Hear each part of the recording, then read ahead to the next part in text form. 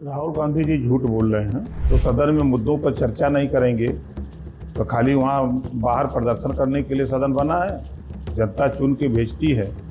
सदन के अंदर जाकर के देश के लिए, प्रदेश, अपने क्षेत्र के लिए, जनता के विकास के लिए, देश के विकास के लिए जनता चुन के भेजती है कि आप जाओ और वहाँ चर्चा करके कानून बनाओ विकास के लिए।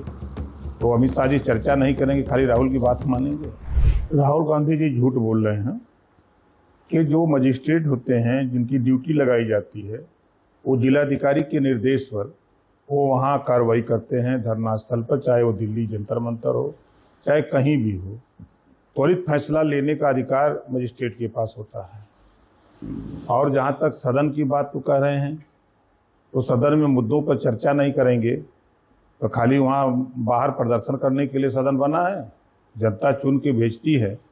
सदन के अंदर जाकर के देश के लिए, प्रदेश, अपने क्षेत्र के लिए, जनता के विकास के लिए, देश के विकास के लिए जनता चुन के भेजती है कि आप जाओ और वहाँ चर्चा करके कानून बनाओ विकास के लिए। तो अमित शाह जी चर्चा नहीं करेंगे, खाली राहुल की बात मानेंगे। उन्होंने ये भी कहा कि अमित शाह सांसद में आने का साहस नहीं है। आरोप लगाया कि अमित शाह आकर विपक्ष के सामने खड़े होकर साहस नहीं है। 15 दिन में नरेंद्र मोदी और अमित शाह ने इस मुद्दे पर जवाब नहीं दिया। तो 2 दिन और सदन है ना, और उनके सामने आ जाएंगे। उनसे लोग डरते हैं, शेर हैं कि बाघ हैं, खा जाएंगे। वो सिर्फ इसी तरह की बयानबाजी देते रहते हैं, उनकी बात में कोई दम नहीं है।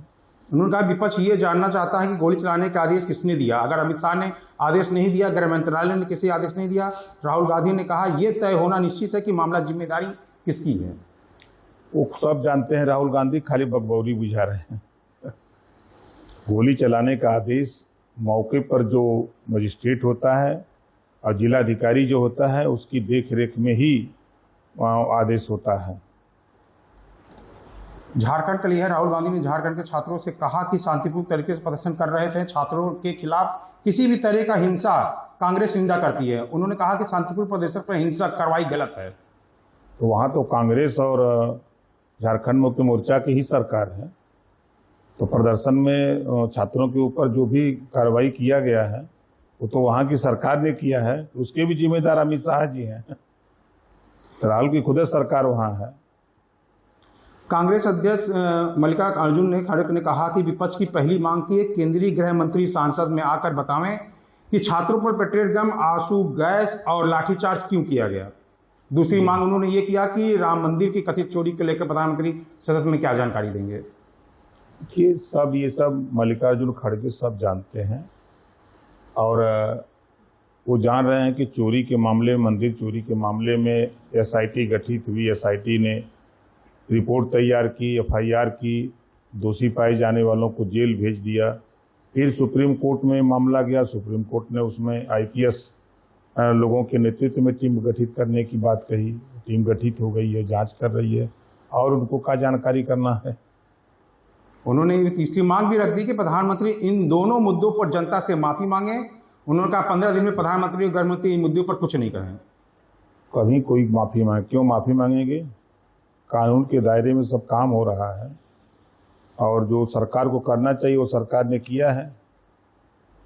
रांची झारखंड में पुलिस का दावा है कि 90% छात्र शांतिपूर्वक कर रहे थे। मात्र 10% पदाधिकारी ही जो थे जो शांति वो कर रहे थे। 700 से लेकर 1000 छात्र भीड़ की बैठके तोड़कर धक्का देकर पुलिस को कुचलते हुए आगे चले गए। क्या कहना चाहेंगे इस पर? निश्चित है कि प्रदर्शन में कुछ उपद्रवी पहुंच जाते हैं जो पार्टियों से संबंध रखते हैं और सरकार को बदनाम करने के लिए वो इस तरह की कृत्य करते हैं।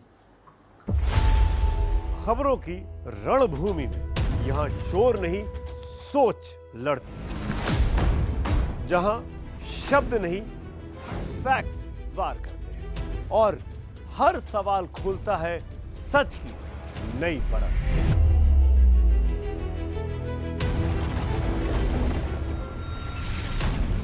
चक्रव्यूह आपके अपने सुमित अवस्थी के साथ सोमवार से शुक्रवार शाम 6:57 पर टाइम्स नाउ नव भारत पर।